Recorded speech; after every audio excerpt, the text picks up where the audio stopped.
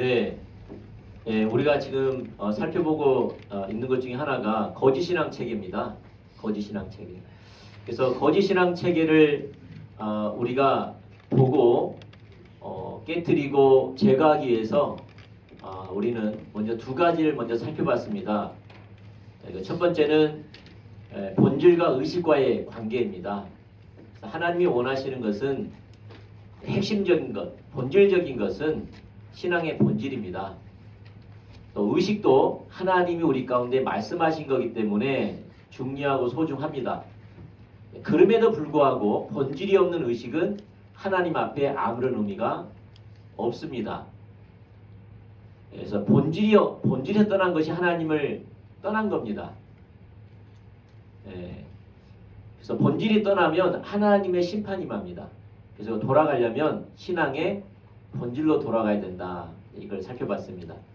저번 주에는 또 하나가 알아야 될 것이 율법과 율법주의에 대해서 나누었습니다.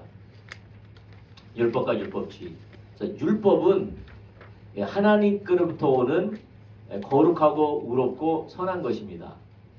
그러나 율법주의는 거짓 신앙 체계로서 사단으로부터 왔고 악한 겁니다. 그래서 완전 다른 것이죠. 그렇다면 왜 하나님이 율법을 주셨는가? 라는 거죠. 율법을 주신 목적 네 가지가 뭐였죠? 첫 번째는 우리의 죄를 깨닫게 하기 위함이고, 두 번째는 우리를 죄를 심화시키는 거예요. 세 번째는 이제 죄로 심화되어서 도저히 나의 자원으로, 나의 힘으로 말씀대로 살 수 없다는 것을 깨달을 때 성령께서 우리의 손을 붙잡고 예수 그리스도께로 인도해 갑니다. 그래서 예수님만이 우리의 유일한 지혜요, 우리의 의로움이요, 거룩함이요, 구속함이 된다는 사실을 깨닫게 하시고 인격체신 예수님만을 믿고 의지하고 신뢰하고 자랑하는 삶을 살게 하시는 거지요. 네 번째는 뭡니까? 이제 율법이 하나님 백성들의 삶의 규범이라는 거죠. 이제 예수님과 함께 우리 가운데 삶의 규범으로 주신 하나님의 말씀을 예수님과 함께 예수님이 비춰주신 대로 또 예수님을 의지하며 또 예수님께서 인도하신 대로 우리가 말씀 하나하나를 순종해 갈 때 성경이 말하는 하나님의 통치 가운데, 하나님의 말씀 가운데 거하는 생명들이 우리 가운데 주어지죠. 그래서 우리 가운데 성경을 주신 목적이에요. 그러나 율법주의는 뭐냐? 이 네 가지 순서가 중요한데 이 순서를 거꾸로 이해하는 겁니다. 거꾸로 이해하는 것이 율법주의입니다. 다시 말해 내가 얼마나 죄인인지를 깨달아지고, 내게 얼마나 소망이 없는 걸 깨달아지고, 내게 얼마나 능력이 없는 것을 깨달아지고, 이제는 예수님이 내 삶의 목적이 되어지고, 예수님과 교제하며 예수님의 뜻을 위해서 예수님의 자원으로, 그의 능력으로, 순종함으로 예수님을 기쁘게 해드리는 삶이 우리의 목적이 되어야 되고, 그 예수님과 함께 말씀 하나하나가 우리 삶의 하나하나 구석구석에 세워지기를 원하는 건데 이걸 거꾸로 이해하는 거예요. 무슨 말이냐? 하나님께서 우리 가운데 주신 의식, 이게 말씀의 규범, 법도, 그 말씀에 나와 있는 명령들, 이것을 잘 지켰기 때문에 내가 하나님을 사랑한다고 생각하고, 이걸 잘 지켰기 때문에 하나님께 나아가되 강호 담대히 나갈 수 있고, 이걸 잘 지켰기 때문에 내게 복을 주실 거라고 생각하는 가치관, 이게 율법주의입니다. 이걸 거꾸로 이해하는 겁니다. 거꾸로. 무슨 말이냐? 아까 다시 말씀드린 것처럼 우리 가운데 명령하시고 규례하신 것, 그러니까 의식 잘 지키고 명령 잘 지키고 열심과 헌신을 내는 것이 하나님을 사랑하는 것이고, 이걸 잘했기 때문에 하나님과 교제한다고 생각하고, 이걸 잘하고 있기 때문에 하나님께 강호 담대히 나갈 뿐만 아니라 잘하기 때문에 하나님에게 복을 주실 거라고 생각하는, 은혜를 주실 거라고 생각하는, 이게 율법주의입니다. 이게 본질이, 이제 의식이 본질을 대체하는 겁니다. 대체하는 겁니다. 그래서 오늘은 율법주의 본질에 대해서 살펴보기를 원합니다. 방금 제가 말씀드린 것처럼 순서를 거꾸로 이해하는 것이 율법주의구나. 이걸 염두에 두고 들으시면 좋겠습니다. 먼저는 그리스도의 교회는 그리스도의 복음 가운데 세워져야 됩니다. 당연하겠죠. 그럴 때 그곳에 하나님의 놀라운 은혜와 능력을 경험할 수가 있습니다. 왜냐하면 그리스도의 복음, 십자가의 복음에는 하나님의 은혜와 능력이 담겨져 있습니다. 고린도서 1장 23절부터 24절 읽어볼까요? 자, 시작. 그러므로 내가 자, 고린도서 1장 23절 24절 없어요? 처음이 없나요? 없어요? 그럼 제가 읽어드릴게요. 자, 우리는 십자가에 못 박힌 그리스도를 전하니 유대인에게는 거리끼는 것이요 이방인에게는 미련한 것이로되 오직 부르심을 받는 자들에게는 유대인이나 헬라인이나 그리스도는 하나님의 능력이요 하나님의 지혜입니다. 그리스도는. 아멘. 자, 여러분 그리스도의 복음, 십자가의 복음 하면 사람들이 좀 어렵죠. 우리는 이제 많이 어렵지 않을 수 있는데 어떤 분들은 어려울 수 있어요. 저 말이 무슨 말인가? 그리스도의 복음, 십자가의 복음이 무슨 말인가? 먼저 십자가의 복음은 인격체신 예수 그리스도 그분입니다. 십자가에 달리신 예수 그리스도 그분이 십자가의 복음입니다. 복음. 그러니까 그 당시에 예수라는 이름을 가진 사람들은 많았습니다. 바 예수도 있고 누구 예수도 있고. 그래서 예수님을 불렀을 때 예수님이 살아계셨을 때 불렀던 게 뭐냐면은 나사렛 예수였습니다. 나사렛 사는 예수라는 겁니다.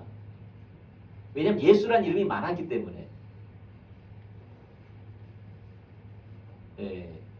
그래서 예수 할 때 우리는 나사렛 예수라고 하는 겁니다. 귀신을 쫓아내는 나사렛 예수라는 거죠. 다른 이름이 아니라 나사렛 예수라는 거죠. 그 예수님이 나사렛 예수라는 거예요. 이름이 많았기 때문에. 아멘. 십자가의 복음이 뭐냐? 복음도 많았다라는 거예요. 기쁜 소식도 많았다라는 거예요. 복음이 무슨 뜻이에요? 기쁜 소식인데 기쁜 소식도 많았다라는 거예요. 여러분 봤더니 돌나라 뭐 그런 거 있대요. 이단? 모르죠? 모른갑다 그래요. 돌나라도 있고 뭐 정명석이도 있고 신천이도 있고 그 이만희도 있고 다 그래요. 이게 뭡니까? 그들에게는 그들이 복음인 거예요. 좋은 소식인 거예요. 그러나 성경이 말하는 좋은 소식은 딱 하나예요. 그리스도밖에 없어요. 그래서 십자가의 복음이라는 거예요. 예수의 그리스도의 복음이라는 거예요. 십자가에 달리신 유일한 그분이 복음이라는 거예요.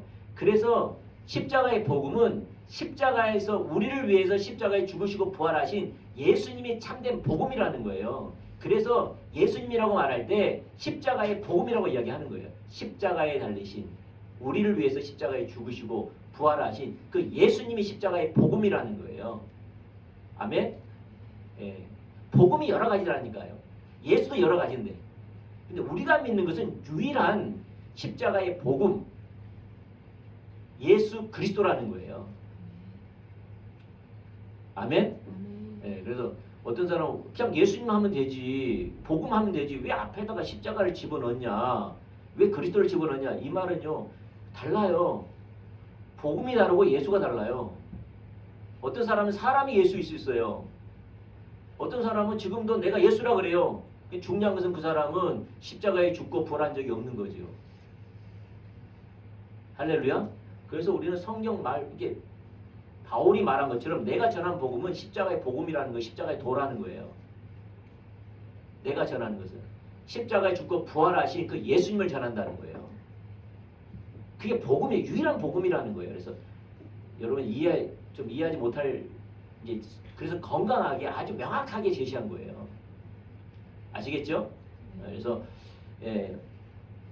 그리스도의 복음, 이게 그리스도의 교회는 그러니까 예수님으로 말미암아 세워진 교회는 예수님의 복음 가운데 서야져야 돼요. 이 십자가의 복음, 이게 십자가에서 달리시고 우리 위해서 십자가에 죽으시고 부활하신 유일한 그 십자가의 복음 대신 그 예수님만이 우리의 능력이요, 우리의 은혜라는 거예요. 아멘. 예. 그리고 그 예수님이 우리 삶의 모델이에요. 모델. 그러면 십자가의 복음에는 뭐가 있느냐? 예수님이 사셨던 삶이 우리의 모델이라는 거예요. 복음이. 예. 다시 말해 예수님이 어떤 삶을 사셨죠? 이 땅에 살면서 철저하게 자기의 선함과 능력이 없는 삶을 살았죠. 어떤 사람이 예수님 보고 선한 선생님이요 라고 말하니까 뭐라고 말합니까? 어찌나 나에게 선한 선생이라고 하느냐. 선하신 분은 유일하신 하나님밖에 없다라는 거예요. 그러면 예수님의 신성을 부인한 것 같은데 그렇지 않아요. 예수님은 이 땅에 사실 때 예수님은 선하셨지만 이 땅에 자기 선함으로 살지 않았다라는 거예요. 유일한 하나님의 선만을 의지했다라는 말이에요. 이 말은. 그러니까 예수님은 이 땅에 사실 때에 철저하게 종의 형체로 살았어요. 이게 종의 형체라는 것은 종이라는 말이 아니라 하나님의 그 본성, 본체 이걸 버리고 철저하게 인간과 같이 살았다는 이 말이에요. 종의 형체라는 것은 그 권위, 권리, 그 능력을 포기하고 철저하게 인간과 같이 살았다 이 말이에요. 아멘. 그래서 예수님이 그래서 우리 삶의 모델이에요. 우리보다 더 나은 조건을 갖고 있다면 모델이 될 수 없지요. 우리는 하나님이 아니니까. 근데 예수님이 모델이었다는 말은 종의 형체가 됐다는 것은 우리와 똑같은 인간이었다는 거예요. 그걸로 살았다는 거예요. 근데 예수님이 어떻게 사셨느냐? 어떻게 살았어요? 성경에서 말하지만 살아계신 하나님과 교제를 나눴고 살아계신 하나님의 음성을 듣고 순종을 하되 오직 그 하나님과의 관계성에서 말씀이 토대가 되었고 말씀대로 살았고 자기의 능력과 자기 힘대로 사는 것이 아니라 오직 은혜로 살았고 오직 성령의 인도를 따라 살았고 오직 자기를 부인하는 삶을 살았고 십자가에 의한 삶을 살았고 오직 믿음으로 살았다 이 말이에요. 이게 복음이라는 거예요. 예수님의 복음, 예수님이 사셨던 복음 이것을 우리가 사는 것이 십자가의 복음이에요. 여기 안에서만 예수님이 경험했던 하나님의 능력이 이 복음 안에서만 주어진다는 거예요. 할렐루야. 우리는 그걸 배우는 거예요. 근데 이제 중요한 게 그거예요. 그래서 아까 고린도전서 1장 22절과 23절에 보면 그거예요. 우리는 십자가에 못 박힌 그리스도를 전하니 유대인에게는 거리끼는 것이요 이방인은 미련한 것이로되 오직 부르심을 받는 자들에게는 유대인이나 헬라인이나 그리스도는 하나님의 능력이요 하나님의 지혜라는 거예요. 무슨 말이냐? 예수님이 하나님과 그런 관계를 가졌던 것처럼 우리가 예수님과 그런 관계를 가지면 그 안에 능력이 있고 은혜가 있고 생명이 있다라는 거예요. 할렐루야. 그게 그리스도의 복음이에요. 그게 십자가의 복음이에요. 이해하셨죠? 반면에 우리가 그리스도의 복음, 십자가의 복음 위에 세워지지 않으면 우리는 어떠한 하나님의 참다운 은혜, 능력을 경험할 수 없습니다.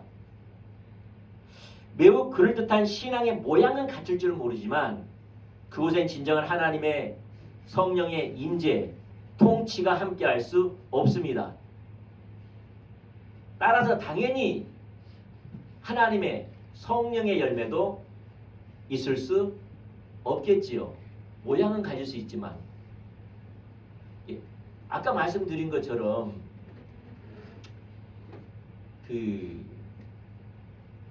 기도도 있고 헌금도 있고 봉사도 있고 철야도 있고 새벽기도도 있고 말씀 묵상도 있고 예배도 있고 사역도 있고 섬김도 있지만 그렇하지만 우리가 그리스도의 복음 가운데 있지 않으면 십자가의 복음 가운데 있지 않으면 이 모든 것은 아무 의미가 없어요. 성경이 말한 능력, 은혜, 생명은 없어요. 주어지지 않아요. 신앙의 모양은 그렇다게 보이는데 실제로는 어떤 능력도 없어요. 그 사람 변하지도 않아요.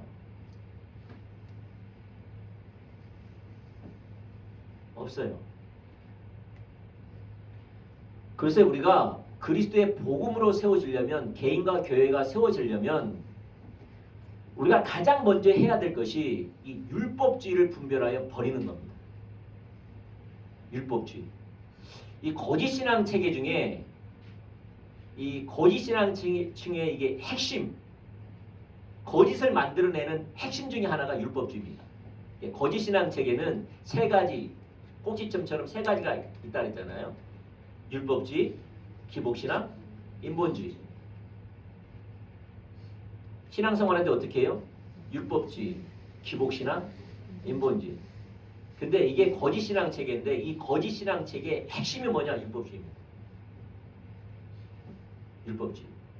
율법주의 가치관이 딱 갖고 있으면 다 빠집니다. 연결되어 있지만 그게 핵심입니다.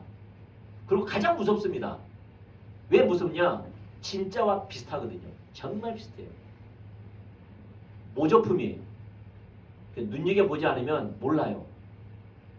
왜냐하면 진짜 같기 때문에. 여러분 모조품이 뭡니까?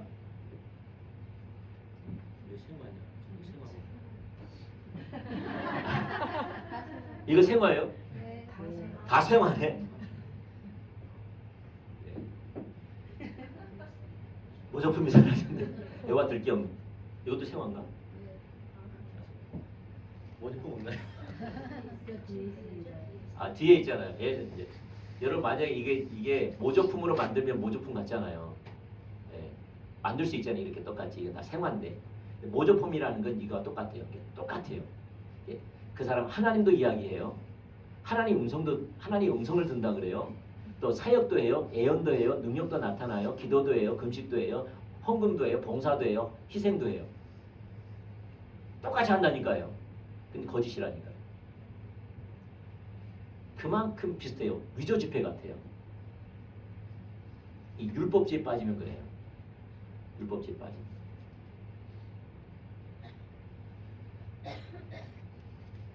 사실 그 율법주의는요. 우리나라 같은 경우에는 더 이렇게 더 유심히 봐야 돼요. 우리나라 같은 경우. 서양 세계관은 좀 덜한데 우리는 동양적인 세계관이잖아요. 샤머니즘 세계관이잖아요.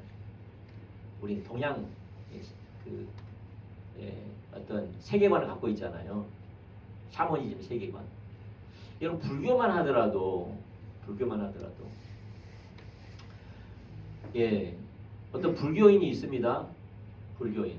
그래서 그 불교인은 부처를 사랑하고 부처를 닮기로 원하고 부처와 함께하기 원하고 부처가 있는 그 극락에 가기를 원해요. 닮고 싶고 사랑하고 싶고. 그래서 그가 부처처럼 닮고 싶어서 모든 삶을 절제하고 자비를 베풀고 도를 닦고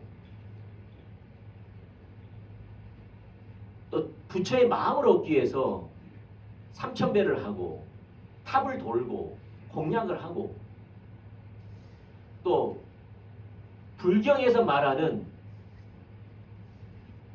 그 도를 따라서 살생도 하지 않고 자비를 베풀고 어떤 의식과 어떤 헌신과 희생이 대단하고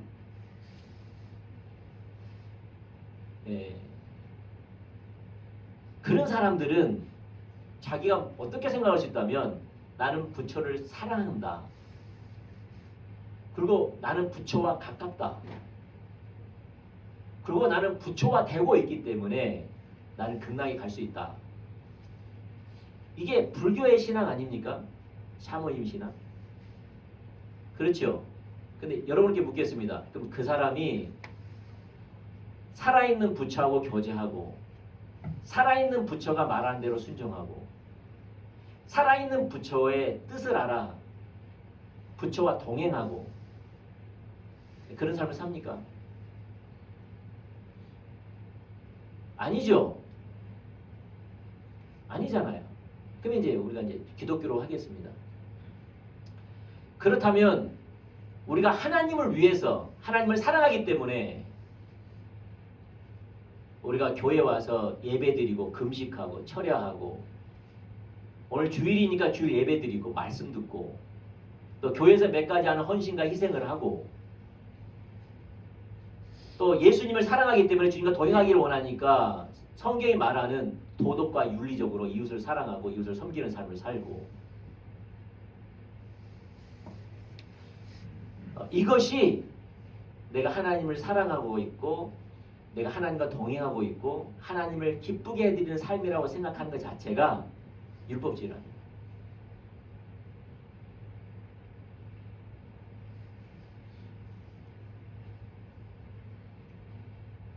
율법주의라는 거예요. 왜 율법주의냐? 그 안에 신앙의 본질이 없습니다.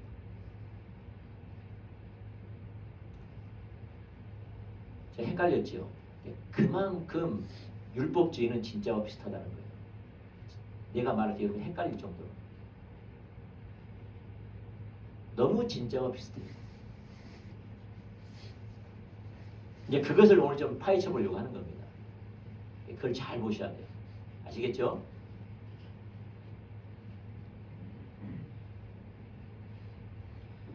여러분 이거 잘 들으셔야 돼요.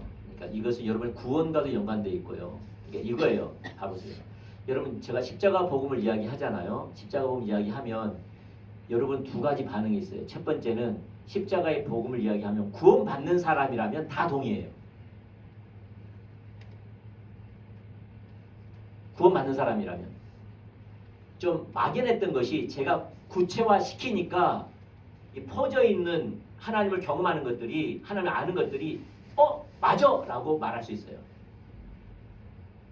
이게 왜냐하면 십자가의 복음은 구원받았을 때 다 경험한 거예요. 무슨 말이에요? 구원은 단순한 이론의 동의가 아니에요. 인격계신 하나님을 만난 거예요. 무슨 말? 성령님께서 살아계신 하나님이 인격체로 알아진다 이 말이에요. 그래서 하나님이 날 찾아왔다는 거예요. 예수님 날 찾아왔다는 거예요. 깨닫게 하시고 알게 하시고 비추신 거예요. 복음에 대해서. 그래서 예수님이 인격체로 인식이 되는 거예요. 그분이 날 만났다라는 거예요. 그래서 그분이 나와 함께한 것 같아요. 구원받을 때. 눈이 안 보이지만 나와 함께한 것 같아. 나와 가까이 계신 것 같아. 나를 사랑하시는 것 같아. 그 사랑이 알아지니까 눈물이 나고 주님께 내 삶을 드리고 싶고 사람들이 뭐라 하든 않든 내 삶에서 하나님이 기뻐하는 삶을 살기 원하고 피곤하지만 기도하고 그분이 마음을 가지고 그분의 뜻을 따라서 기도하고 섬기고 세상에서 왕따가 되더라도 괜찮고 힘들었지만 그러면 그럴수록 주님이 나와 함께 하심을 나를 구원하심을 감사하고 감격하고 오직 예수밖에 안 보이는 거예요. 그분에 내 삶을 드리고 싶은 거예요. 그것뿐이에요.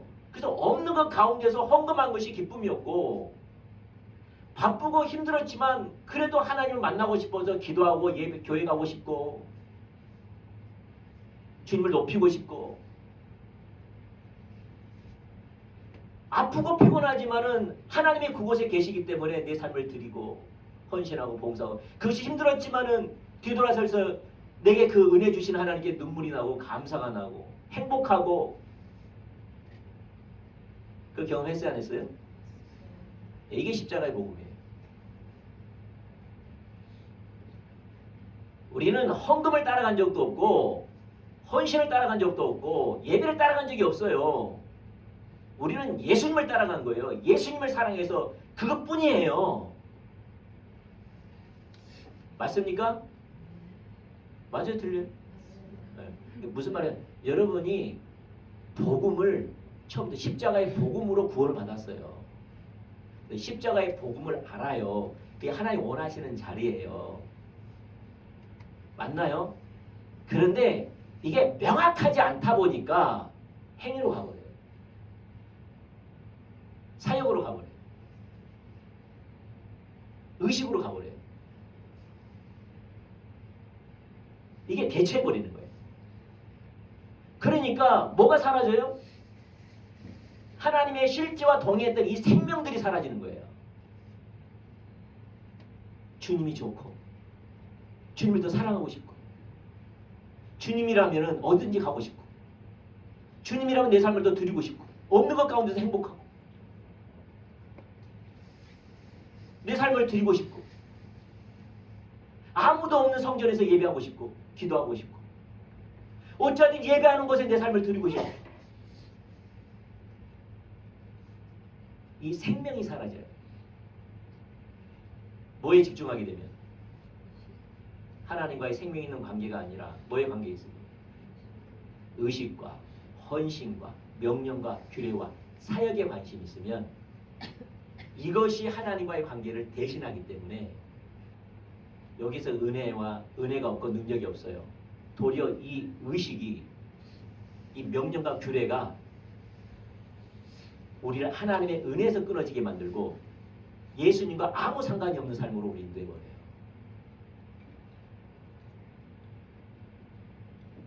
이게 우리 시랑 왔다 갔다 해요. 이 짬뽕이 돼 있든지 왔다 갔다 해요. 왜요? 복음이 안 보이니까. 복음이 명확하게 안 보이니까 이 짬뽕이 돼 있든지 엉망진창으로 돼 있든지 왔다 갔다 해요. 왔다 갔다. 누가 그렇게 하느냐? 사단이 그렇게 해요. 왜냐하면 사단은 가치관의 역사거든요. 이 진리 가운데 쓰지 못하게 만들거든요. 무슨 말 알겠습니까? 여러분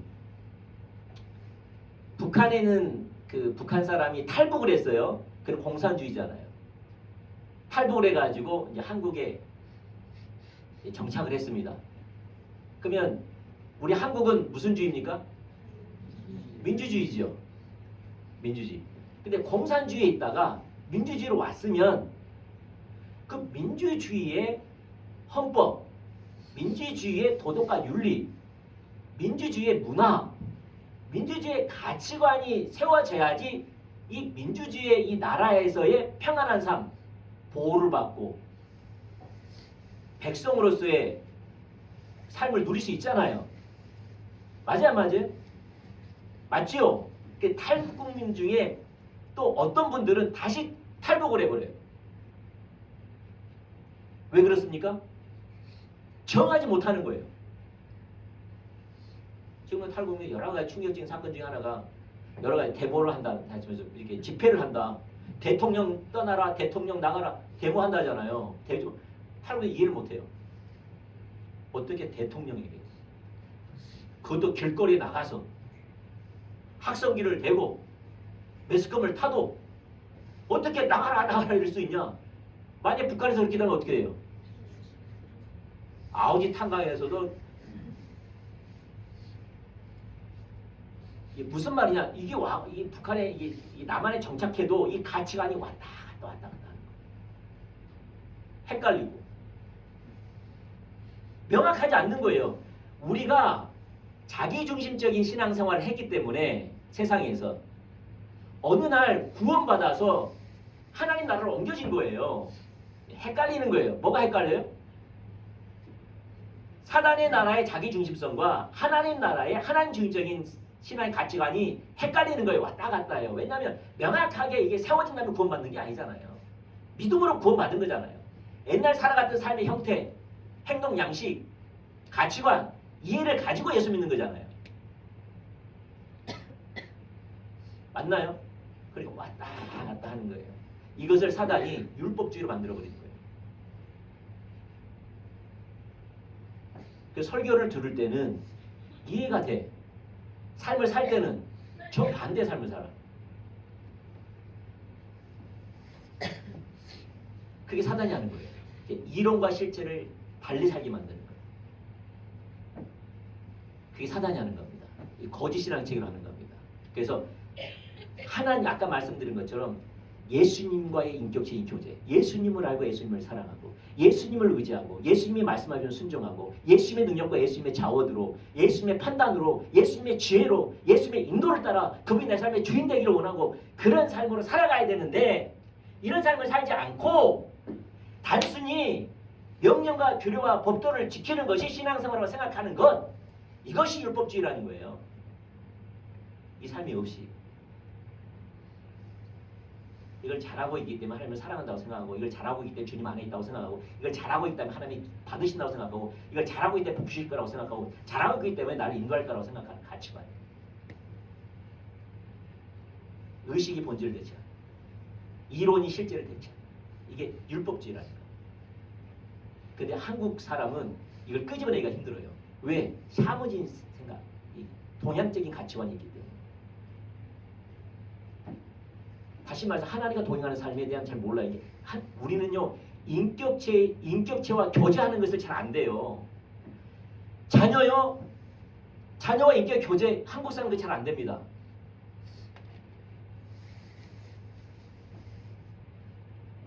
자녀도요 인격의 교제가 아니라 자녀도요 자기 목적을 위한 수단에 불과합니다. 자기 목적이 이제 진화론이죠. 그 자녀도요 사랑하더라도요 누굴 사랑하느냐? 똑똑한 애, 이쁜 애, 건강한 애, 공부 잘하는 애, 돈 많이 벌어온 애, 이런 애들 사랑합니다. 똑같은 자녀들. 못생겼고 키 작고 공부 못하고 어리버리하고 실수 많은 애, 그래 안 사랑합니다. 차별을 둡니다. 부모인데도. 왜? 관계가 아니라 자기를 위해 존재한 거예요. 자녀. 그만큼 관계가 깨져 있습니다. 관계할 줄을 몰라요. 부모 스스로가 차별시킵니다. 강한 죄와 약한 죄, 양육감식, 진화론. 그게 가치관이 있기 때문에. 성경은 전혀 다른 가치관을 말합니다. 이 작은 소자의 한 것인데 얘기한 거라고 말합니다.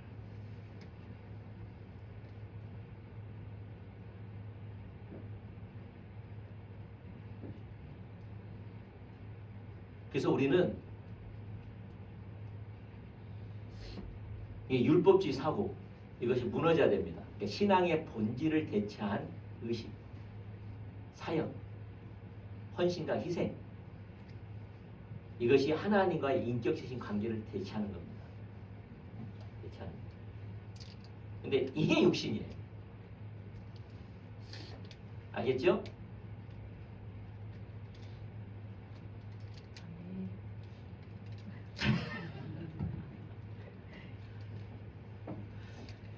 뭐 안 것 같긴데.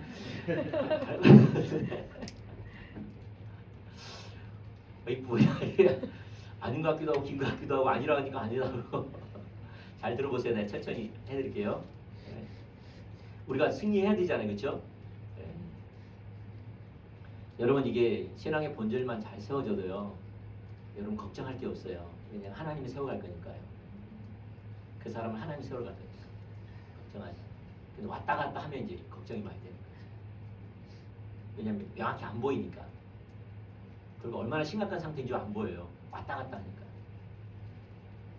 자, 첫 번째, 율법주의는 육신을 의지하는 겁니다. 뭘 의지하는 거예요? 육신을 의지하는 거예요. 이 성경적인 용어로는 행함으로 말미암는 의입니다. 행함으로 말미암는 의. 나를 의롭다고 생각하는 거예요. 나를 괜찮은 사람이다 라고 생각하는 거예요.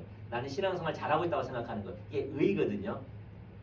예, 하지만 내가 신앙생활 잘하고 있기 때문에 이 행위로 말미암은 의로움, 나를 의롭게 생각하는 거예요. 내가 의로움이 되니까 하나님과의 교제가 잘 되고 하나님이 내게 은혜 주실 것이고 나와 동행할 것이고 내게 나를 쓰실 것이고 나에게 놀라운 역사를 이룰 것이야. 이렇게 생각하는 가치관, 이 의예요. 의.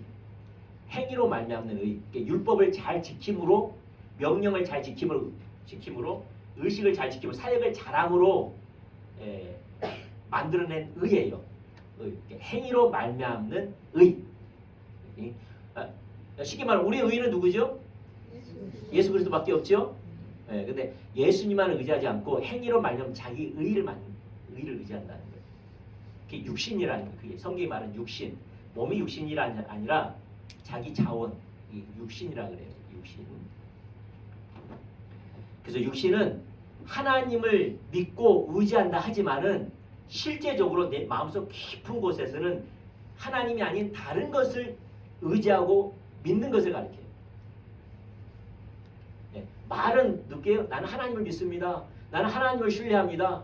나는 하나님과 동행합니다. 나는 하나님을 자랑합니다. 하지만 실제적으로는 내가 행위로 말미암는 의로 말미암아 어떤 것을 믿고 있어요. 이걸 의지하고 있어요.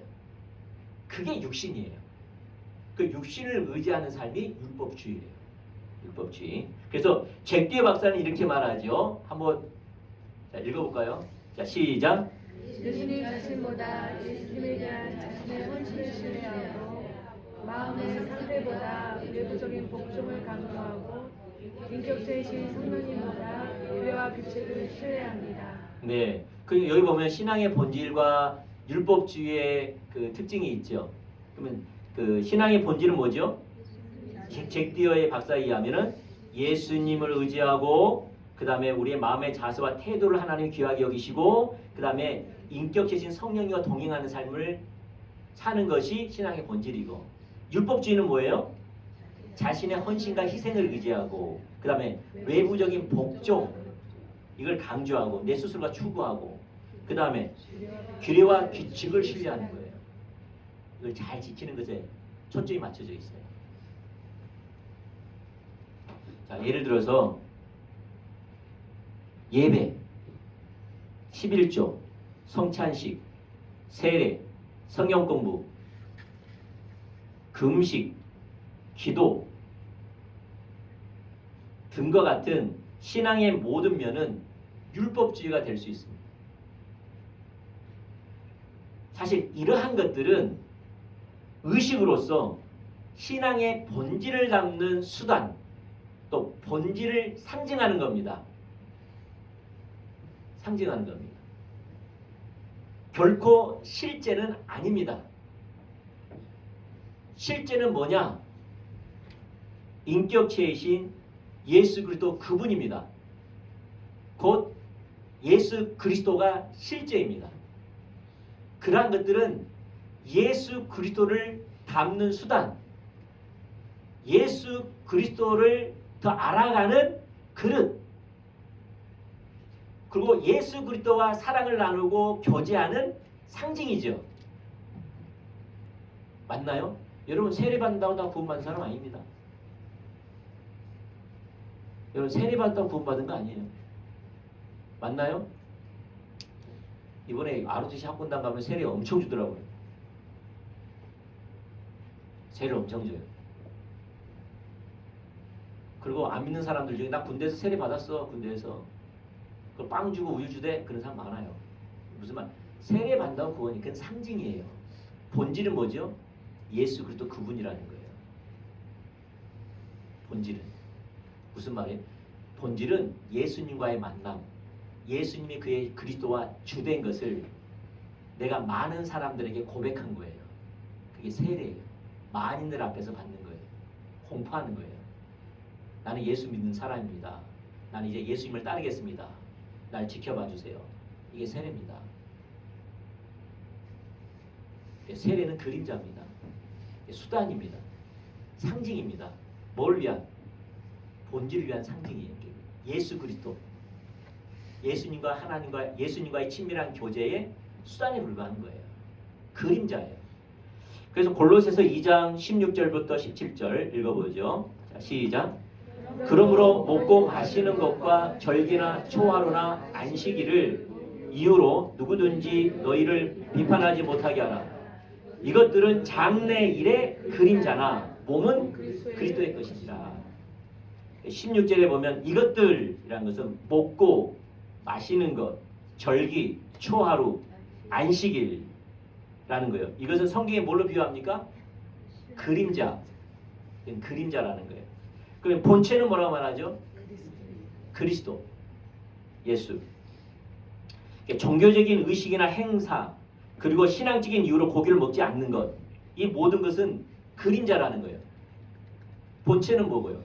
예수 그리스도. 예수 그리스도. 쉽게 말하면 예수님은 알맹이고 의식, 사역, 헌신과 희생, 절기, 초하루, 대회 모든 것은 뭐죠? 그 알맹이를 싸고 있는 포장지라는 거예요. 포장지. 만약에 포장지가 없으면 안에 있는 내용물이 어떻게 되죠? 깨져버리죠. 그래서 포장지가 중요해 안 중요해요? 중요해요. 여러분 만약에 그 뭐죠? 여러분이 인터넷에서 주문을 했어요. 이쁜 뭐죠? 사기 그릇을. 그러면 그것을 종이에다 담아다가 주문을 어떻게 돼요? 배달하면 깨지겠지요. 그래 안 해요? 보호를 못 받는 거죠. 그럼 어떻게 해야 되죠? 소중하면 소중할수록 포장지가 아주 소프트하게 그런 포장지를 쓰고 안에는 겉에는 하드하게 단단하게 해가지고 배송을 해야지 그 안에 있는 내용물이 잘 담길 수 있죠.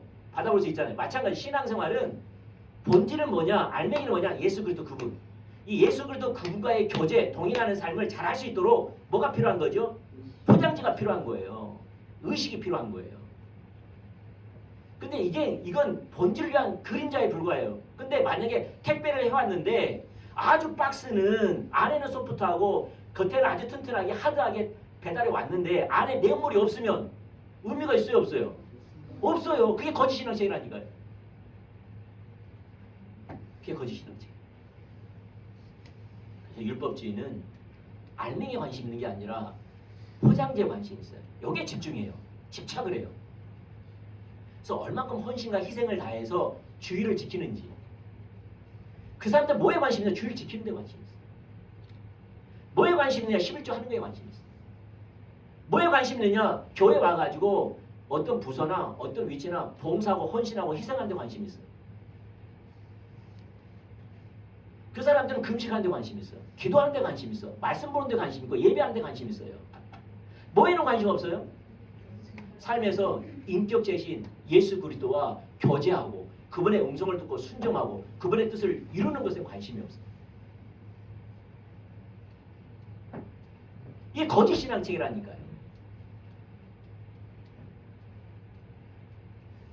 자, 여기에 대해서 이제 좋은 성경적인 예를 들고 마치도록 하겠습니다.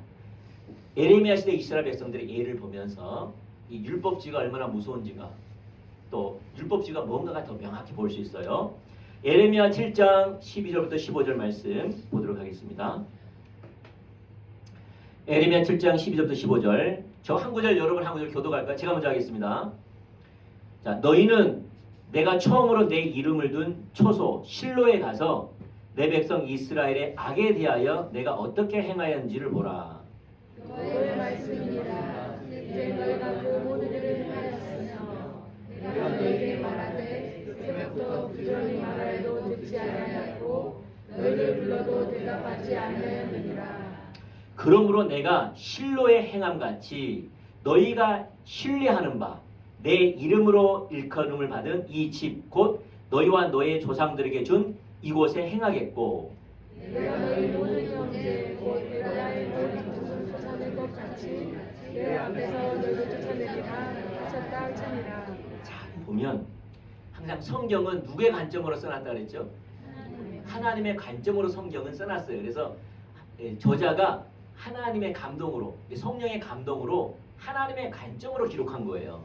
성경은 저자가 임의로 쓴 게 아니고 하나님의 관점을 성령께서 비추신 걸 쓴 거예요. 그래서 성령의 감동으로 기록한 거예요. 그래서 하나님의 관점입니다. 아멘. 그래서 성경의 이 말씀에 보니까 에레미야 시대 이스라엘 백성들 신앙생활 잘한다고 했는데 어느 하나님이 찾아와가지고 에레미야에게 비춰주신데 하나님의 관점은 이거다라고 에레미야를 통해서 선포한 거예요. 선포한 거예요. 뭐라고 선포했느냐? 14절만 먼저 봅시다. 14절에 보면은 그 당시 이스라엘 백성들이 뭘 믿었다고 말하죠? 성경은 너희들이 신뢰하는 바, 이 신뢰하는 바가 그 바타흐라는 말이에요. 바타흐, 히브리어로 바타흐. 이 말이 무슨 말이냐면은 믿다, 신뢰하다, 의지하다 이 말입니다. 여기 보면은 너희가 신뢰하는 바, 너희가 믿고 의지하는 바, 너희가 믿고 의지하는 바. 그는 뭐냐? 내 이름을 일컫는 받은 이 집. 이 집이 뭐죠? 성전. 성전. 곧 너희와 너희 조상들에게 준 이곳에 행하겠고. 하나님은 그들에게 뭐라 말? 너희들은 뭘 의지한다고요? 뭘 믿고 뭘 신뢰한다고요? 성전을 믿고 성전을 신뢰한다 이 말이에요. 성전을 의지하고 있다 이 말이에요. 네.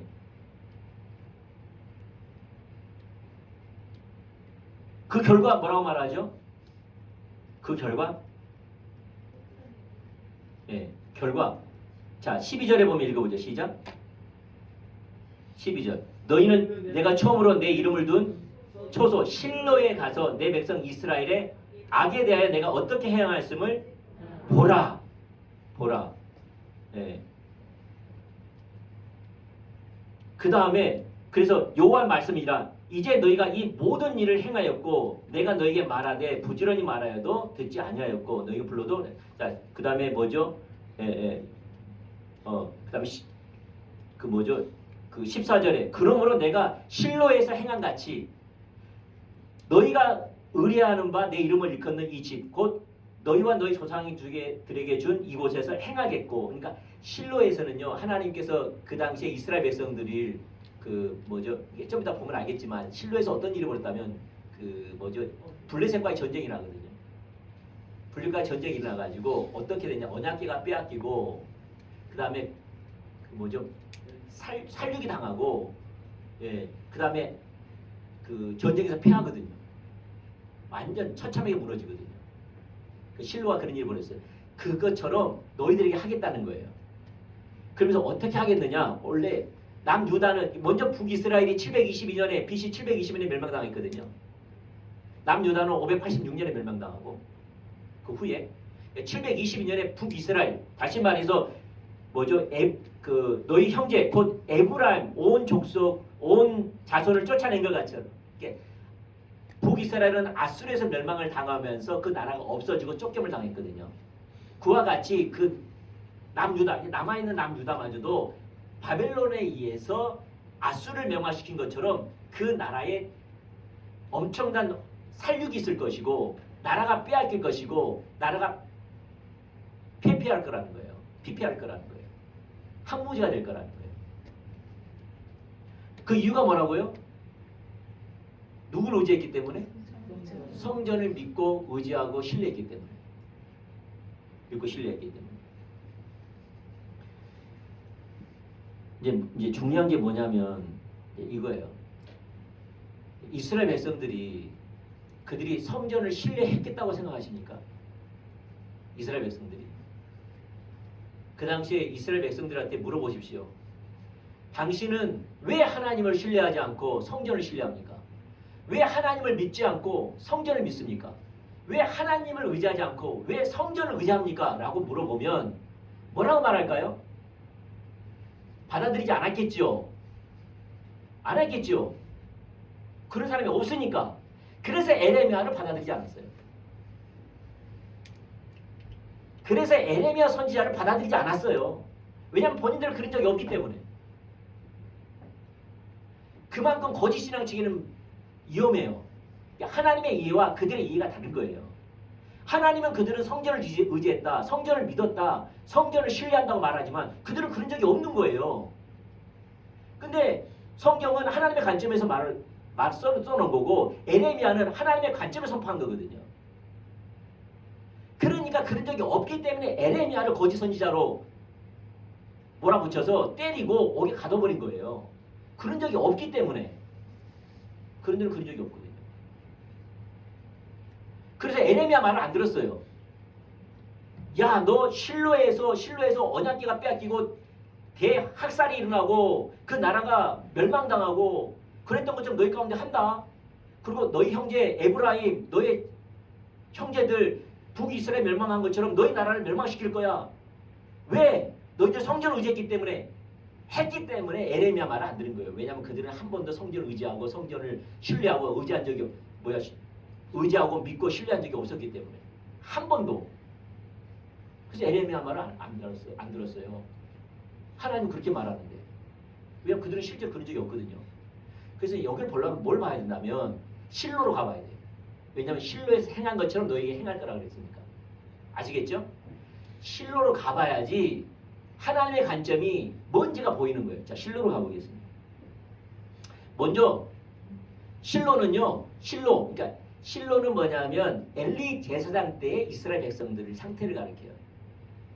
실로가 엘리 제사장 때 이스라엘 백성의 상태. 근데 그 상태는 어떤 상태였냐? 에레미야와 똑같이 하나님을 떠난 상태였어요. 사무엘상 2장 30절. 자, 시작. 그러므로 이스라엘 하나님 나 여호와가 말하노라. 내가 전에 내 집과 내 조상의 집이 내 앞에 영원히 행하리라 하였으나 이제 나 여호와가 말하노니 결단코 그렇게 하지 아니하리라. 나를 존중히 여긴 자를 내가 존중히 여기고 나를 멸시하는 자를 내가 너희와 함께하지 않을 거다. 그 이유는 뭔지 아냐?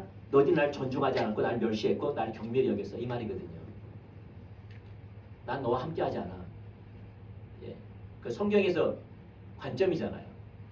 예, 실로에 있는 그때 실로에서 리더가 누구였냐? 엘리 제사장이었어요. 엘리 제사장 때 사무엘이 있었고 실제로 그 실로는요 엘리 제사장이 영적 리더였고요. 그 다음에 그의 아들들이었고 그와 함께 사무엘이 같이 있었어요. 이때. 근데 그때 영적 상태가 어떤 상태라고요? 하나님을 존중히 여기지 아니하고 멸시하고 경멸히 여겼어요. 그렇기 때문에 하나님이 내가 너와 함께하지 않을 거라고 이야기해요. 무슨 말? 하나님을 떠난 상태예요. 그 대표적인 특징이 뭐냐? 사무엘상 2장 12절이에요. 읽어보죠. 시작. 엘리의 아들들은 행실이 나빠 여호와를 알지 못하더라. 이게 이제 그 도드라진 특징을 갖다가 대표한 거예요. 그 상태를 대표하는 거예요. 다시 말해 엘리 제사장들 그들 리더들이었거든요. 근데 그들은 누굴 몰랐어요? 하나님을 알고 하나님을 사랑하지 않았어요. 신앙의 본질을 떠났어요. 여러분 신앙의 본질을 떠나면 하나님을 아는 것은 불가능하거든요. 왜냐하면 하나님을 아는 것은 지적이 아니라 하나님과의 관계에서 깨달아진 거거든요. 하나님과의 관계에서 비춰주고 하나님과의 관계에서 경험되는 것이 하나님을 아는 지식이에요. 야다, 다트, 경험적으로 아는 거예요. 근데 이 경험적으로 아는 것은 하나님과의 친밀한 교제 가운데서만 가능해요. 할렐루야. 하나님과 교제해야지 하나님이 비추셔야지 깨달아지는 거예요. 근데 그들은 하나님과 동행하지 않았기 때문에 하나님 몰랐어요. 다시 말해 하나님을 떠난 상태예요. 하나님을 떠난 상태. 하나님을 떠난 상태임에도 불구하고 그들 가운데 의식이 가득했어요. 사무엘상 2장 13절과 14절 같이 읽어보죠. 자, 시작. 그 제사장들이 백성에게 행하는 관습은 이러하니 곧 어떤 사람이 제사를 드리고 그 고기를 삶을 때에 제사장의 사원이 손에 새 살고리를 가지고 와서 그것으로 냄비나 소대나 큰 소대나 가마에 찔려 넣어 갈고리에 걸려 나오는 것을 제사장이 자기 것으로 가지되 실로에서 그곳에 온 모든 이스라엘 백성에게 이같이 할 뿐만 아니라 쭉 나온 거 보면 먼저는 그 당시에 예배는 화려하게 드려지고 있었어요. 제사는 화려하게 드려지고 있었어요. 하나님을 떠났는데 왜 떠났죠? 그들이 하나님을 몰라 하나님을 멸시하고 경멸히 여기고 그런 상태였기 때문에 하나님이 떠나 있는 상태였어요. 하나님을 떠나 있는 상태인데 뭐가 가득한 거죠? 의식이 가득한 거예요. 지금 그 나라 백성 가운데 하나님 떠났다니까요. 근데 그들은 하나님을 사랑해서 제사와 예배를 드리고 있었어요. 그리고 그 예배는 하나님을 사랑해서 당연히 하나님이 받으신다고 예배 드리고 있는 거예요. 근데 그들은 하나님을 떠난단 말이 무슨 말인가 모르는 거예요. 성경은 하나님을 떠난다는 것을 하나님과의 관계에서 떠난다고 말하는데 하나님과의 친밀한 교제에서 떠난 것이 하나님 떠난 것인데 하나님과 살아있는 교제에서 떠난 게 떠난 건데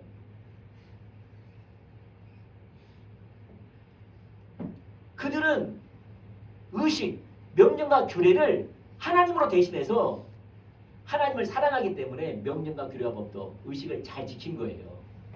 그래서 그들은 하나님을 위해서 드리고 내가 이렇게 드리는 하나님을 사랑하기 때문에 그리고 당연히 하나님 받으신다고 생각했어요. 근데 문제는 신앙의 본질이 없다니까요. 무슨 말이에요? 예배 드리기 오전에 그 삶 가운데 하나님이 그 삶의 주인 되어지고 유일한 목적 되어지고 하나님과 교제하고 하나님이 알기를 하나님만 사랑하기를 그분이 말씀하면 순종하는 오직 하나님만 따라가는 삶을 살지 않다가 뭐만 남았느냐? 안식일만 남고 제사만 남고 의식과 헌신과 희생만 남은 거예요.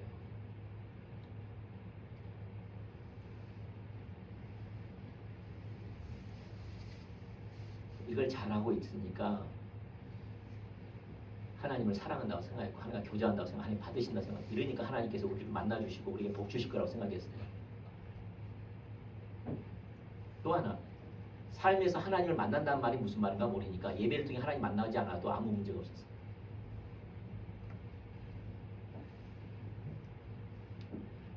삶에서 하나님을 알고 하나님과 동행한다는 삶을 알아야지 예배를 통해서 그걸 하는 건데, 그 알맹이를 담는 건데, 그들은 주일날이니까 예배 드리고 간 거예요. 헌금하고 간 거예요. 맡겨진 의식과 헌신과 희생, 맡은 자리 그거 하고 간 거예요. 그리고 하나님이 날 만났다 생각하고 하나님께 헌신했고 내 돌이 다 있다고 생각한 거예요.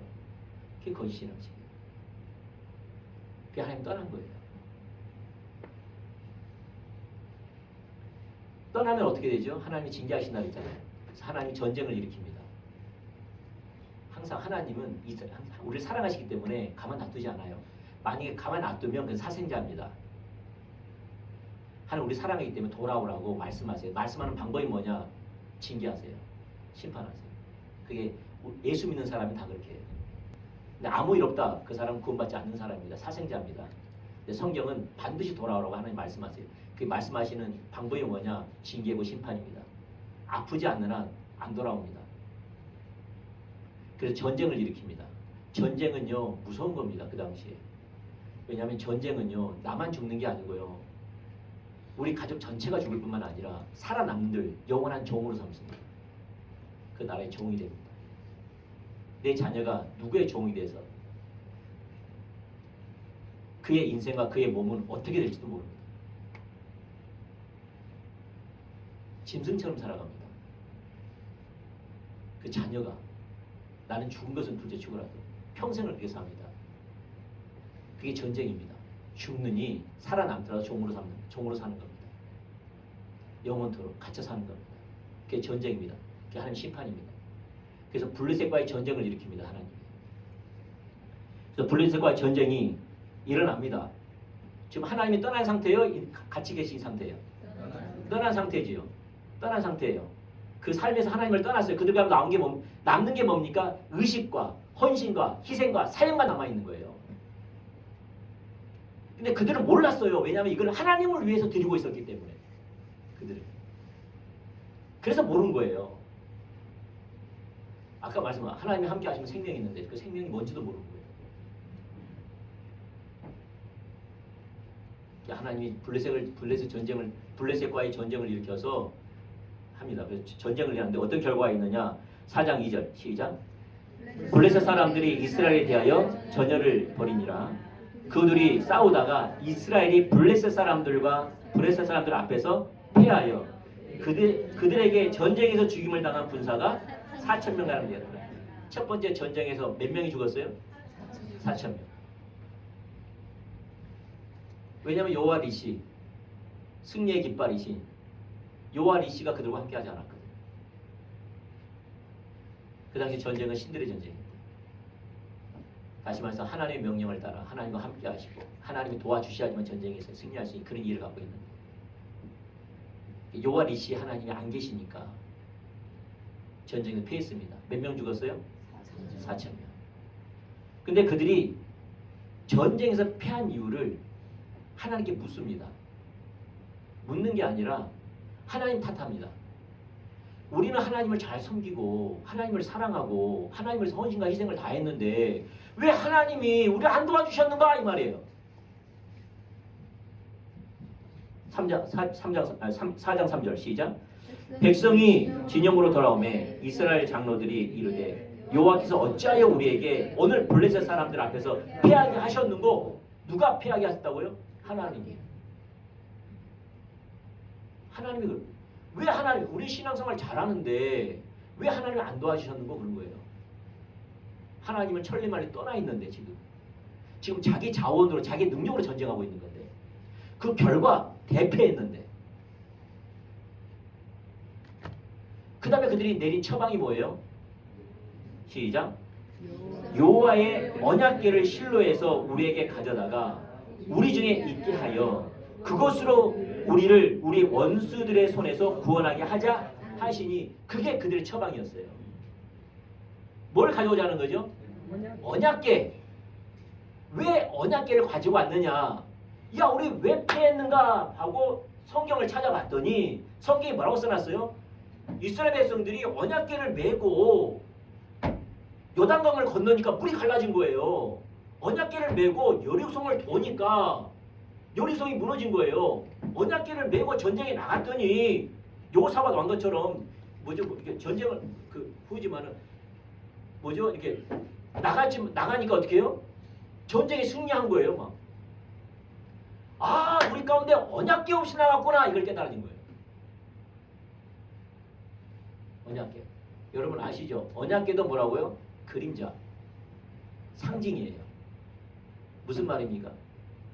이스라엘 백성들이 삶에서 하나님과 동행하고 하나님을 알고 사랑하고 그분이 목적되어지고 그분의 뜻 가운데 그의 온 민족들이 주님을 사랑하고 그의 길로 행하고 주님 한 분만을 섬기기로 결단할 때 하나님이 그와 함께 하신 증거로서 언약궤에 파란 불꽃으로 임했는데 그와 함께하는 상징으로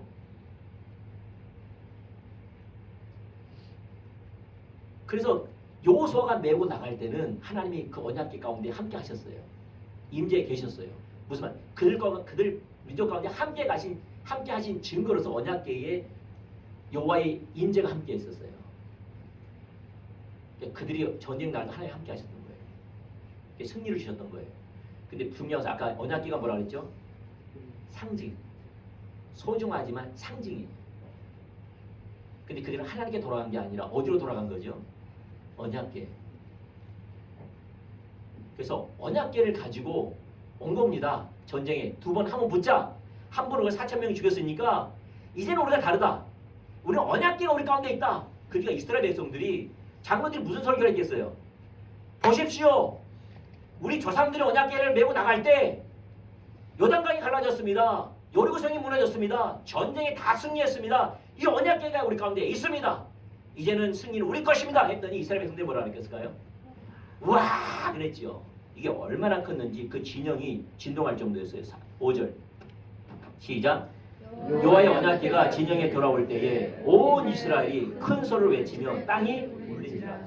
땅이 울린지는 잘 모르겠지만 얼마나 그 황성과 그 자신감과 대단했을 거 아니에요. 그걸 표현한 거거든요. 과장법으로 땅이 울릴 정도로 승리를 자신했지요. 근데 결과는 뭐예요? 결과는 언약궤는 빼앗기고 엘리 두 제사장 두 아들은 죽임을 당하고 소식을 들은 엘리야는 흔들을 의자에서 떨어져 목이 꺾어 죽습니다. 그 결과예요. 10절부터 11절 시작. 블레셋 사람들이 쳤더니 이스라엘이 피하여 각기 장막으로 도망하여 살육이 힘이 커서 이스라엘 보병이 엎드린 자가 3만 명이었으며 여호와의 궤는 빼앗겼고 엘리 두 아들 홈리와 비나스는 죽임을 당하였더라. 18절 하나님의 궤를 말할 때 엘리야가 자기 의자에서 뒤로 넘어져 문 곁에서 목이 부러져 죽었으니 나이가 많고 비리한 까닭이라. 그가 이스라엘의 사사가 된지 누가 죽어요? 그 소식을 듣고 다 죽어요. 자 보십시오. 이스라엘 백성들이 하나님을 의지했어요? 언약궤를 의지했어요? 그 율법주의.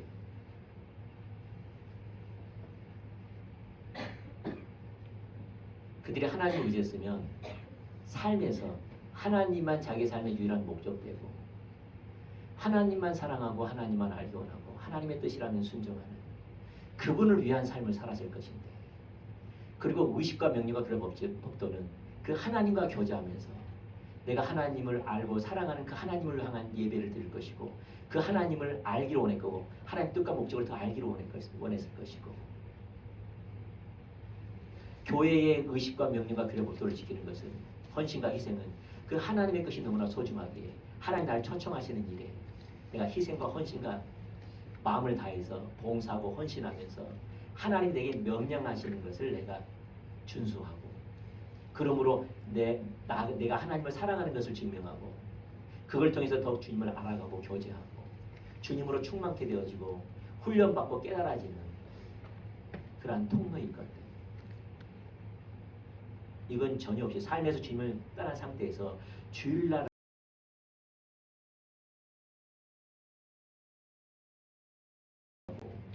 몇 가지 규례와 규칙을 지키고 교회 문제 일으키지 않으면은 신앙생활 잘한 것처럼 생각하는 완전 율법주의라.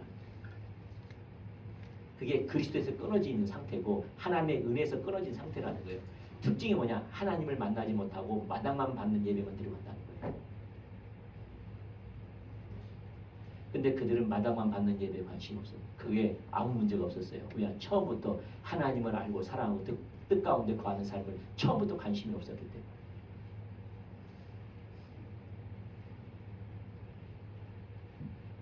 처음부터 관심이 없었어요. 그게 관심이 있었으면 삶에서 그렇게 구했겠지.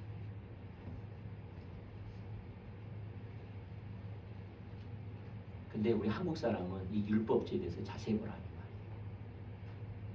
샤머니즘 신앙성을 갖고 있기 때문에 하나님을 위해서 헌신하고 희생하면 그 신이 나를 만나줄 것이고 내게 복을 주실 것이고 그 신이 거하는 곳에 나를 불러주시겠지 이렇게 생각하는 샤머니즘. 그러나 그 신과는 교제하지 않아요.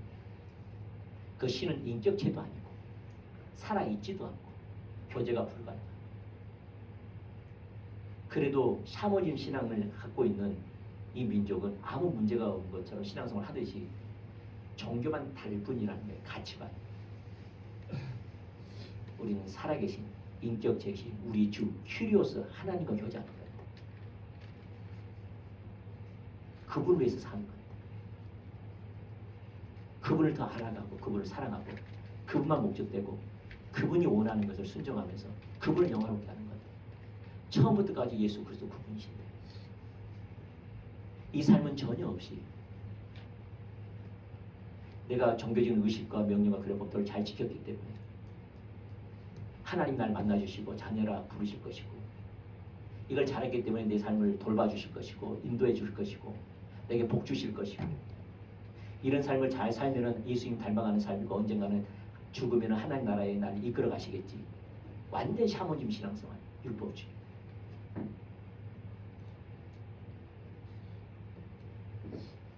그래서 에레미야 시대 때는 그들이 성전을 위했다라는 거예요. 실로에서 했던 것처럼 똑같이 했다는 거예요. 그래서 내가 실로에 한 것처럼 내가 언약궤를 빼앗긴 것처럼 그리고 대학살이 있는 것처럼 내가 너를 심판한 것처럼 너를 심판하겠다는 거예요. 에레미야 시대 실로에 있는 신앙과 똑같기 때문에 그게 거짓 신앙 체계입니다. 하나님을 대신한 겁니다. 명령과 규례법도와 의식이 인격지신 하나님과의 교제, 하나님과 동행하는 삶을 대체하는 겁니다. 그들은 하나님을 의지하고 믿고 신뢰한 게 아니라 그들은 성전을 의지했습니다. 언약궤를 의지했습니다.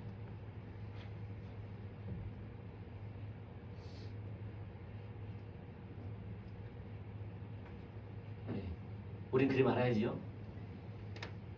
아멘? 네. 그렇게 하지 말아야죠.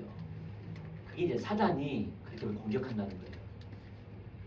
우리 가운데는 우리 가운데 구원받은 사람이라면 구원받은 사람, 제가 말하는 신앙의 본질, 여기서 말하는 신앙의 본질, 십자가의 복음은 다 경험했어요. 이렇게 퍼져 있고 이렇게 잘 맞춰지지 않나 할지라도 제가 말하면 동의를 해요.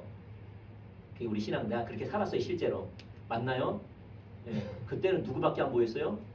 예수밖에 안 보였어요. 아침에 예수가 좋고 눈물이 나고 세상에서 멸시당하고 같이 집을 때도 그냥 좋고 하나님께 가서 예배하고 싶고 기도하고 싶고 주님께 드리는 것이 나의 기쁨이었고 세상에 어떤 것이 주어지지 않아도 예수만 있으면 만족하고 배불렀고 그래서 하나님 안 했어요? 그래서 내가 이 본질을 가지고 예배 드릴 때 그 예수님을 찬양하니까 눈물이 나고 감격하고 기쁘고 또 말씀 속에서 날 사랑한다고 말하고 또 나에게 하나님 뜻과 목적이 보이니까 나를 초청하신 일에게 또 순종하고 복종하면서 하나님을 기쁘게 해드리기 원하고 그래서 우리가 새벽기도하고 철야하고 능력받기를 원하고 교제하기를 원하고 내가 교회로 세워지기를 원하고 그런 거지요. 맞나요? 그럴 때 예배 가운데 날 만나주셨고 기도할 때 능력 주시고 섬길 때에 하나님을 닮는 하나하나 가르치기 시작하시고 넘어지고 코 깨면서 맞나요? 근데 거짓 신앙에 빠지면 이 예수가 없어요. 예수님이 내 삶에 살아가는 유일한 목적이 되지 않아요. 그분만을 알고 그분만을 사랑하고 그분만을 의지하고 그분만 자랑하고 그분만 높이는 삶을 살지 않아요. 뭐만 남냐? 의식만 남아요. 말씀 보는 거, 기도하는 거, 예배 드리는 거, 헌금하는 거, 봉사하는 거, 몇 가지 규약했지. 친절과 도덕과 윤리만 남아요. 그게 얼마나 심각한지 몰라요. 그리고 이것은 하나님 명령하신 거기 때문에 내가 순종하면 하나님을 사랑한다고 생각하고 하나님 내게 복 주실 거라고 생각하고 인도할 거라고 날 쓰실 거라고 생각해요. 그게 거짓 신앙책이에요. 그러면 하나님의 은혜가 거두어져요. 아까 말한 것처럼 구원받은 첫사랑이 그 은혜가 우리 삶 속에 없어요. 끊어져요.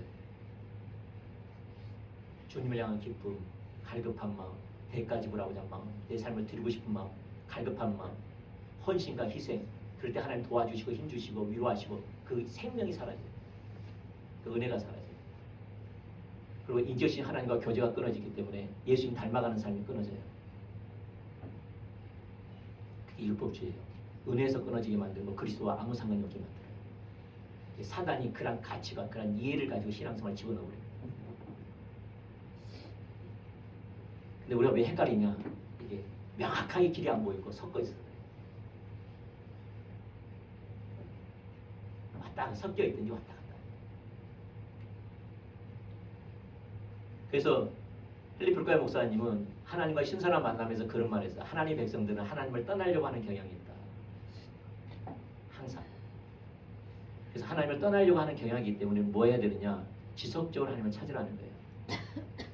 우리 본질이 하나님을 떠나려고 하는 경향이 있기 때문에. 무슨 말이냐? 아담과 하와처럼 내가 하나님 되기를 원하는 것이 있기 때문에. 내 목적, 내 행복, 내 즐거움, 내 생각. 이것이 살아나려고 하는, 이것이 이러한 삶으로 살아가려고 하는 경향을 갖고 있기 때문에. 그래서 우리는 끊임없이 하나님을 찾아야 돼요. 끊임없이. 그래서 여러분 혼자 신앙생활 못합니다. 저도 마찬가지. 왜요? 내 본질이 떠나려고 하는 경향이 있어요. 그래서 좀 도움이 필요해요. 그래서 교회가 필요하고 연합이 필요해요. 같이 하나님을 찾고 기도하고 훈련받고 필요하고. 그렇게 세워지기를 축복합니다. 찬양하시죠?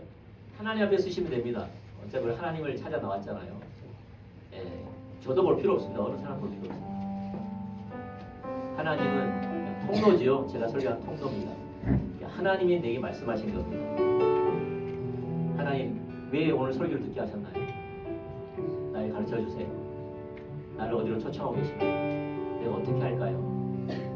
하나님께 물으면서 하면 하나님이 여러분을 오늘 예배자로 인도하신 하나님이 가르쳐 주실 거예요. 그런 마음으로 찾는 겁니다.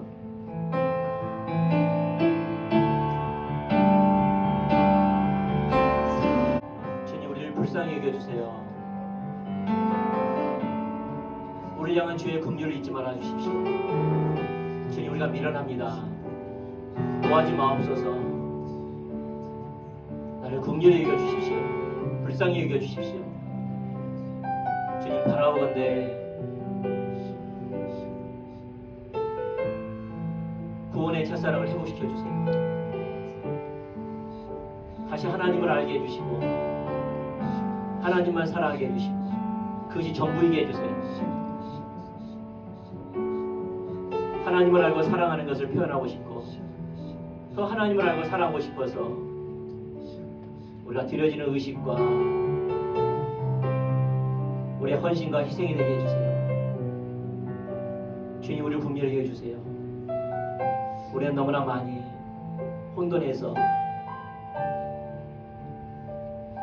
하나님을 알고 사랑하고 그분을 위해 살아가는 삶이 명령과 규례와 법도와 의식과 사역을 하는 것으로 대체하는 경향을 가지고 있습니다. 주님 정말 불쌍히 여겨주세요. 그래서 내가 하나님을 떠나도 떠난 줄 모르는 하나님의 생명이 거두어져도 공허해도 뭐가 문제인지 모르는 그래서 하나님께 돌아간 것보다는 도리어 의식을 더 열심히 하려고 하는 우리의 미련함을 용서해 주시고 우리 하나님 좋으신 하나님 나를 구원하시고 지금은 내 안에 계시고 날 붙잡고 계시고 나에게 최선을 다한 사랑으로 함께 하신 나의 좋은 아버지, 내 안에 계신 생명, 나의 친구이자 나의 보혜사, 우리 하나님께 나아갑니다. 하나님, 나를 붙잡아 주세요. 나는 연약합니다. 나는 명철하지도 않고 지혜롭지도 못하고 의지도 없고 하나님 뜻대로 살려고 하는 그런 열정조차도 없는 존재입니다. 주님 아시죠? 저를 불쌍히 여겨 주십시오. 다시 한번 내게 큰 은혜를 베풀어 주셔서 내가 엎드리오니 나와 함께 하신, 날 사랑하신 변함이 없는 그 사랑 우리 하나님께 가기를 원합니다. 다시 하나님만 내 삶의 목적 되기를 원합니다. 내가 그분과의 사랑의 관계로 다시 들어갑니다. 이제 내가 하나님을 의지하고 하나님께 물으며 살아가기를 원합니다. 날 도와주십시오. 어린아이를 하나하나 가르치듯이, 보호하면서 가르치듯이, 양육하듯이 내 보모가 되어주시고 내 선생이 되어주시고 나의 길이 되어주십시오. 그래서 하나님이 기뻐하는 주님과 동행하고 그 안에 주어지는 능력과 생명을 경험할 수 있도록, 그토록 원하시는 우리 가운데 생명을 주기로 원하시는 그 생명들이 다시 되살아날 수 있도록 역사에 주시옵소서.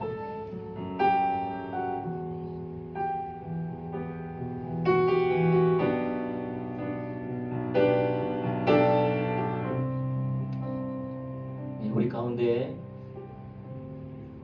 사실 우리 신앙생활은 우리의 구원의 감격이 지속하는 것이 신앙생활입니다. 신앙생활은 어떤 어려운 것이 아니라 우리가 구원의 감격이 매일 있는 겁니다. 매일 십자가를 의지하는 겁니다. 다른 말로 말해서 주님, 나는 주님 없이 살아갈 수 없는 존재입니다.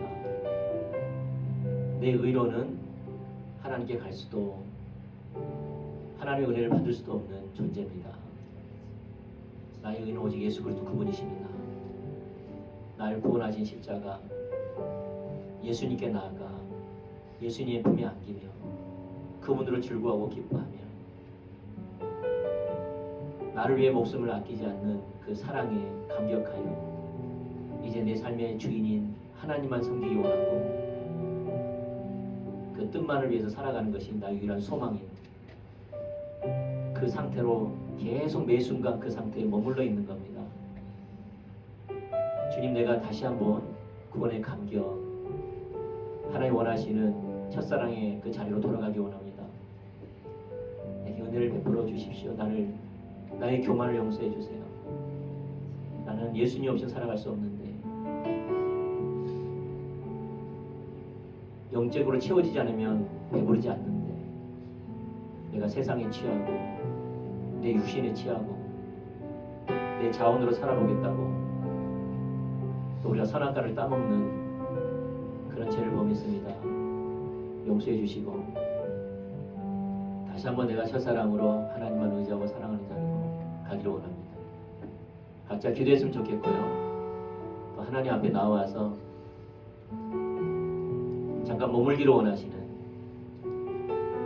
결단하면서 그 자리를 사모하신 분들 앞으로 나오시면 같이 하나님 찾았으면 좋겠습니다. 초청합니다. 각자 기도하시죠. 기도하시겠습니다.